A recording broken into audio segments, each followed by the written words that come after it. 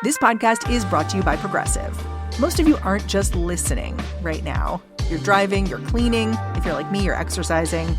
But what if you could be saving money by switching to Progressive? Drivers who save by switching save nearly $700 on average, and auto customers qualify for an average of 7 discounts. So multitask right now. Quote today at Progressive.com. Progressive Casualty Insurance Company and Affiliates. National average 12-month savings of $698 by new customers surveyed who saved with Progressive between June 2021 and May 2022. Potential savings will vary.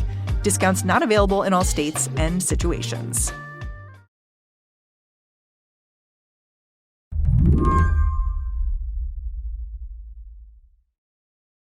It is jaw-dropping when you see a lot of the destruction, and yet here we go again. More storms on the way. For the last month, being a meteorologist in California has been constantly coming up with new ways to register surprise. These storms have millions of people under alerts right now. There is just no relief. It's been one thing after another. And as soon as one storm ended, another started up. And this is the 101 freeway. You can see it is completely caked over in mud. There is water that is completely washed over this freeway. And the reason why this over a 3-week period, San Francisco was wetter than it had been since 1861. Los Angeles set records too. Below the freeway is the Ventura River. In just 12 hours yesterday, that river rose 17 feet. So that is just throughout this deluge, there was one term reporters kept coming back to by way of explanation. It's not a hurricane or a tornado. It's called an atmospheric river. Well, Shay, it's because of something called an atmospheric river, which is effectively a river of... Atmospheric river. Technically, they're the largest rivers of fresh water on Earth. An atmospheric river sounds dramatic, but when I called up Slate's Henry Grabar, he thought about this term a little differently. These sorts of atmospheric rivers are supposed to be a regular feature of the rainy season in California, and they're accountable for 30 to 50% of the state's rain and snow. So to some extent, this is just how California works. They get these extreme events that bring a lot of moisture at one time. The question for Henry is what to do now, because dramatic rain events like this one, they're only getting more common, and not just in California. The National Climate Assessment has some good data on this, and they say that the amount of rain falling in the top 1% of events is up by 37% in the Midwest, 27% in the Southeast, and 71% in the Northeast. So, yes, the trend line is pointing towards more extreme events, and that's happening because the more global warming there is, the warmer the air is, the more water vapor there is in the atmosphere. And I found myself wondering if the language around California's rainstorms was a bit misleading. And the reason I say that is because focusing on how outstanding this rain event has been has a way of making you think the danger's over once it's done. You know what I mean? Like back in 2017, you wrote about Hurricane Harvey in Houston, Texas. And the way you put it was, we don't put airbags in cars to prepare them to be hit by trains. Like if you're not expecting something, you don't prepare for it. And so I wonder if you think we all need to be looking at storms like what just rolled through California and thinking, yeah, we're going to be seeing more of that. It's not getting hit by a train. It's like just driving down the street. It's normal. Yeah. We have surveys that show that storms like this are becoming more and more common. And yet in many cases, we're still building to the historical pattern. We're building like we're preparing for 20th century storms when that's not what we're getting anymore. Today on the show, the global forecast calls for rain. Are we ready for it? I'm Mary Harris. You're listening to What Next? Stick around.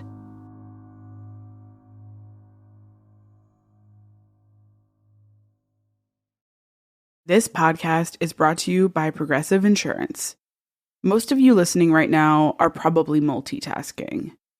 Yep, when you're listening, you're probably also driving, cleaning, exercising, or maybe even grocery shopping. But if you're not in some kind of moving vehicle, there's something you can be doing right now. Getting an auto quote from Progressive Insurance. It's easy, and you could save money by doing it right now from your phone. Drivers who save by switching to Progressive save nearly $700 on average, and auto customers qualify for an average of 7 discounts. Discounts for having multiple vehicles on your policy, being a homeowner, and more. So just like your favorite podcast, Progressive will be with you 24/7, 365 days a year, so you're protected no matter what. Multitask right now. Quote your car insurance at Progressive.com to join the over 29 million drivers who trust Progressive. Progressive Casualty Insurance Company and Affiliates. National average 12-month savings of $698 by new customers surveyed who saved with Progressive between June 2021 and May 2022. Potential savings will vary. Discounts not available in all states and situations. Support for this podcast comes from Wise, the universal account that lets you send, spend, and receive money internationally. With one account for over 50 currencies, who exactly is Wise made for? It's made for jet setters and slow travelers, for seeing old friends in new places. Wise is made for business in the city and pleasure on the coast, for studying abroad and supporting your little brother's schooling back home. Wise is made for people without borders who want to live truly global lives with ease. You see, with Wise, you always get the mid-market exchange rate whenever you convert or spend different currencies. There are no markups and no hidden fees. That's pounds to pesos, dollars to dong, just like that. Helping you save on currency conversion wherever your money takes you. Wise, it's the account that's made for the world. Join 13 million customers and learn how the Wise account could work for you at wise.com/slate.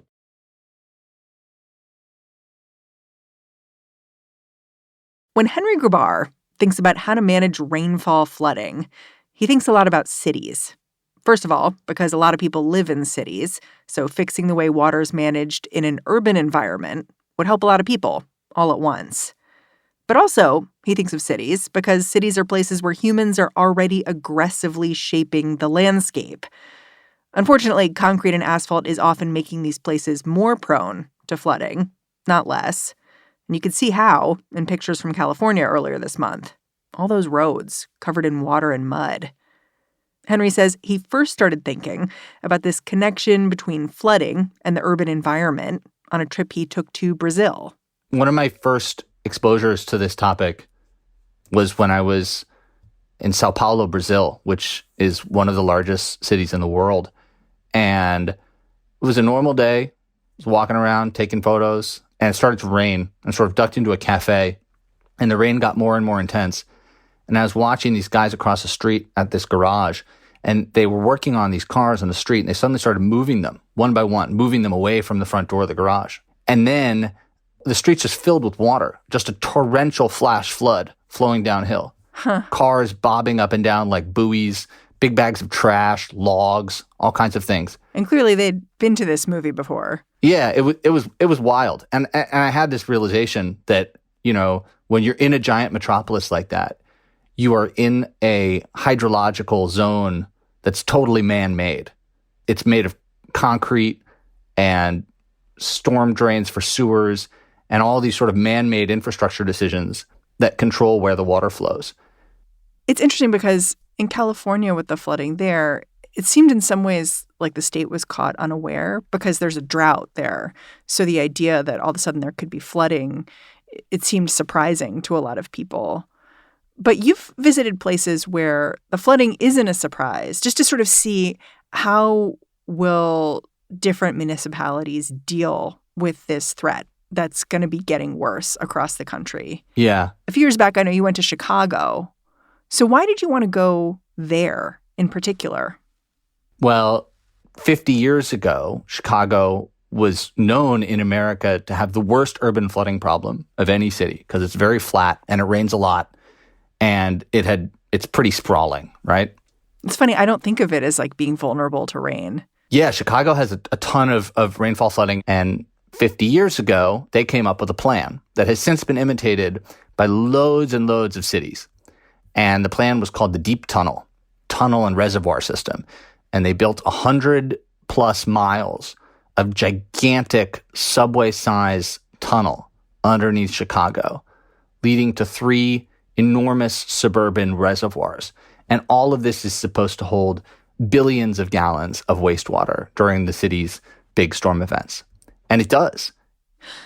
These tunnels underneath Chicago, it seems like a very American, like typical massive infrastructure project. Like, we can fix it. We'll just build big tunnels and we'll get it done. Is that what it ended up being? Like, did these tunnels fix the problem? No. In a word, they did not fix the problem. But the Metropolitan Water District in Chicago would say that they worked because they do fill up. You know, these tunnels and the gigantic sort of infernal sewage-filled reservoirs, which are really like these gigantic suburban quarries that they do fill. And so their argument is, you know, the Chicago River's a lot cleaner than it used to be. Lake Michigan's a lot cleaner than it used to be. But the flip side of that is that actually there is still quite a bit of sewer overflow into the lake. The tunnels are barely completed and they're already filling up entirely. And so, you know, part of what's happened is, yes, Chicago would be in a much worse place if they hadn't built this thing. But also, they built this thing to correspond again to outdated expectations of how much it's going to rain and what it's going to look like when it rains. And the city still sees a lot of property damage from flooding as well. So I think the best way to assess it maybe would be to say that it worked, but it was an incomplete solution. So you're not giving me a lot of optimism. Like, when I think about the fact that it's supposed to be getting wetter all across the United States, and look at Chicago, which you say has been seen as a model of excellence, you're making me a little worried about how we're choosing to address the coming rainfall problem. So there's two schools of thought about how to respond to rainfall flooding and maybe just flooding in general. And the first is gray infrastructure, and that has been the way that we have traditionally dealt with flooding risks. And mostly that means building things out of concrete, sometimes out of steel too. And the newer school of thought is green infrastructure, which is that we can actually use nature to our advantage here by trying to turn, especially in urban areas where everything is so paved and there's so many impervious surfaces, we can try to plant more trees, more grasses, roof gardens, rain barrels, create space for rain to collect where it falls instead of putting more pressure on the city's infrastructure and instead of compelling ourselves to expand the sewers, dig deeper tunnels, bigger basins, install stronger pumps, all that stuff. So these two things are obviously symbiotic, right? You're never going to get by with exclusively rain barrels and roof gardens, and you're never going to get by just with bigger and bigger sewers that you dig deeper every year as you adjust to the changing climate. But they're supposed to work together, right? And I think the advantage of green infrastructure is that it's also very pleasant.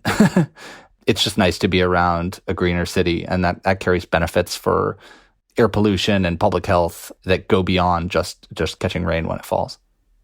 One city that's recently invested in green infrastructure is Houston. And the reason why is simple. Hurricane Harvey in 2017. Hurricane Harvey barreling into the Texas coastline as a Category 4 storm with 130-mile-an-hour winds. It's the first Category 4 storm to hit the U.S. in over a decade, threatening record rain totals of up to... Harvey drenched Harris County for 3 days straight. And in the aftermath, people in Houston had to take a hard look at the way their city had been designed. Houston has been one of the fastest growing cities in the country over the last few decades. And a lot of that growth has happened in the west of the city on the Katy Prairie. And the Katy Prairie has been turned from, well, a prairie into just a massive, massive subdivision. So that just shows that the amount of development that's taken place in Houston has created a flooding problem. And so when Harvey happened, I think there was this kind of awakening that they absolutely had to do something to deal with flooding. So what have they done in the years since? Like, how have they rethought how the city operates and what it requires of people building buildings, of people where they live? After Hurricane Harvey, obviously, they've been very, very focused on what they can do. They're sort of throwing everything at the wall to see what sticks. They passed new building regulations. I mean, this is a big part of it too, right? It's not all about public infrastructure.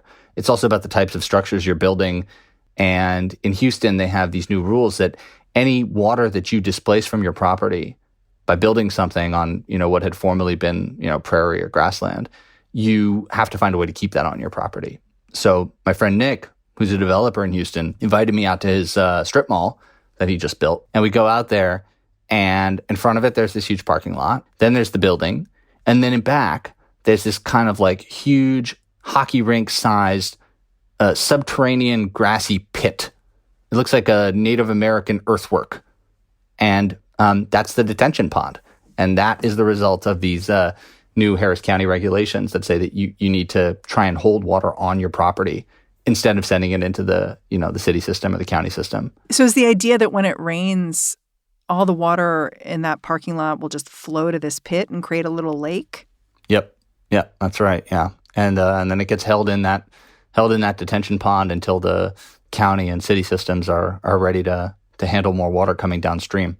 Some people say it hasn't gone far enough. I've talked to some people in Houston who say that there's 100,000 structures that are in the 100-year floodplain still, existing structures, and that those people should not be there. But, what are you going to do about that? Like, relocate 100,000 people? Well, I mean, you have raised this kind of interesting issue, which you've talked about how the growth of cities, like historically, flooding, natural disasters, they've been kind of a check on urban growth. And it just raises this question of, with a city like Houston, or a lot of cities, like, when do you say we have to stop growing? Like, that's the solution here. It's certainly a concern in Houston when you have all these people living in a place that we know is dangerous, that we know is likely to flood. The advantage that cities have in this context with rainfall flooding is that they have a lot of people in them. And the more people you have, the more money you have to pay for this infrastructure to protect yourself. And so a place like New York City should be able to spend enough money to protect its critical infrastructure like the New York City subway. And a place like Chicago did spend enough money to build 110 miles of tunnel underground to bottle up rainstorms. Even if that's maybe not the best solution. It's not the best solution, but it just goes to show that these places where lots of people live, they may be super vulnerable, but they also have resources to deploy. We'll be right back after a break.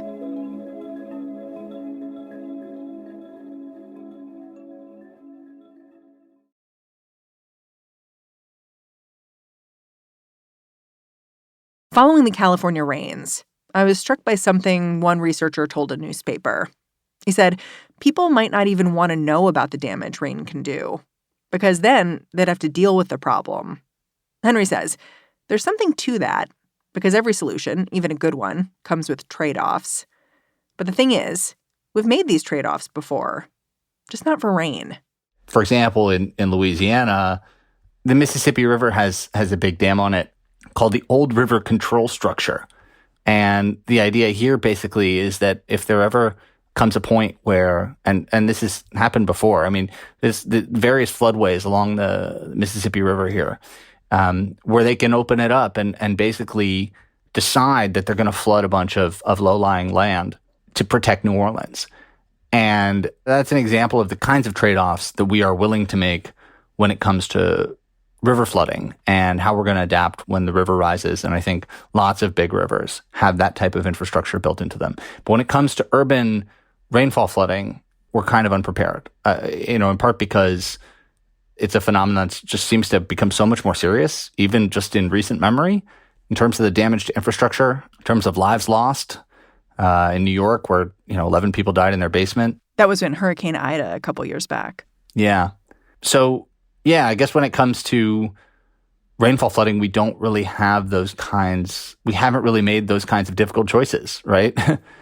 But the status quo, right, is not great, right? Lots of properties flooding repeatedly, lots of pollution flowing into rivers. There's another reason some leaders might be avoiding difficult choices. They don't have the data they need to understand the way rainfall is going to impact them. Government flood maps are simply out of date. One report looked at rainfall flooding in addition to coastal and river flooding, and found 14.5 million properties in the U.S. were at substantial risk. That's double the latest analysis from the Federal Emergency Management Agency.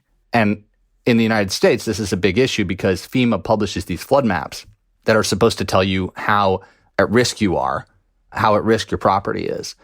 And in these FEMA flood maps, they mostly focus on storm surge risk along the coast and flooding risk along rivers and in low-lying areas. But that's not necessarily how rainfall flooding happens. And so you see this massive divergence between the properties that FEMA predicts will be damaged in a storm and the properties that actually are. You know, there's a few different things happening. You have neighborhoods that might have insufficient sewer capacity to carry away a super intense spot of, rain that falls there for a few hours. You might have neighborhoods that have been built with like lots of impervious surface so that the rain has nowhere to go when it falls. And obviously all this metropolitan development, often engineered, at least where it was engineered to accommodate storm figures that are now totally obsolete, is colliding with a period of more intense rainfall events.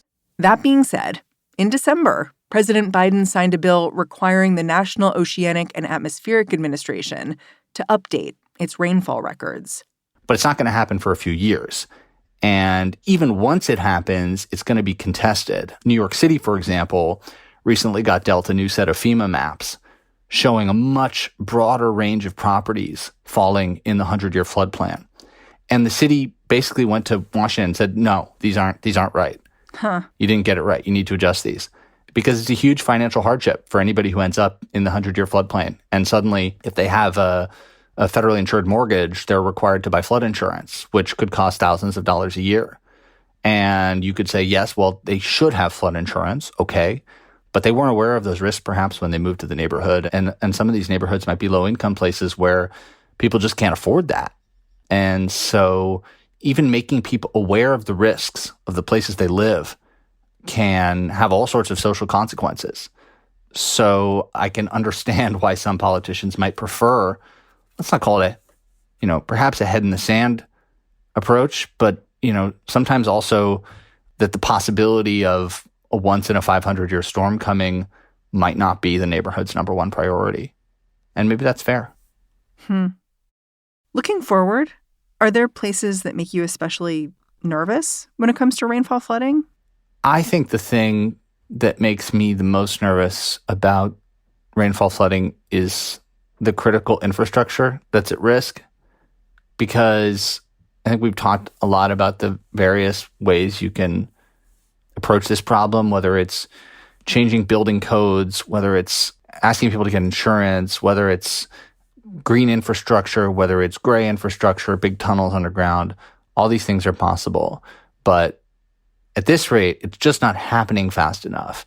And there's all this critical infrastructure. I'm thinking in particular of something like the New York City subway that's just left there waiting for the next disaster to come. I mean, it's been 11 years since Hurricane Sandy. And still, when it rains a lot in New York, you see all this water flowing into the subways. Like a lot of the damage from rainfall flooding, it's not actually like a house flooding, but it's like infrastructure that gets taken down, society, like critical institutions that become unavailable. Like it's that sort of stuff. Well, it's funny, too. You mentioned the subways. And I feel like in New York City, whenever there's a big rain, you'll see some video floating around Twitter of a subway station that's flooded, someone kind of casually walking through it like, oh, well, got to get the train. It's like people expect it and are also kind of like, it's kind of funny and surprising, but at the same time, like, those New Yorkers, they get through it. And that attitude, I don't know if it's fixing the problem. Well, first of all, the subway is naturally below ground by definition, so there will be some water. It literally has to have water pumped out of it every day. Yeah, that's normal. That's normal to some extent. What we do know is that there's an urban flooding event happening in the U.S. about once every 2 to 3 days, according to a study of National Weather Service data. So it's clear that it's real. And especially compared to the way that, the U.S. Army Corps of Engineers has, for example, channelized and dammed and gated the nation's rivers in preparation for river flooding. it seems like cities are way, way behind. Henry Grabar, thank you so much for joining me. I'm super grateful. My pleasure. Henry Grabar is a staff writer at Slate. He covers housing, transportation, and urban policy. And that's our show. What Next is produced by Elena Schwartz, Carmel Delshad, and Madeline Ducharme. We are getting a ton of support right now from Anna Phillips, Jared Downing, Victoria Dominguez, and Laura Spencer. We are led by Alicia Montgomery with an assist from Susan Matthews. Ben Richmond is the Senior Director of Podcast Operations at Slate. And I'm Mary Harris. You can go track me down on Twitter, say hello. I'm at Mary's Desk. Thanks for listening. Catch you tomorrow.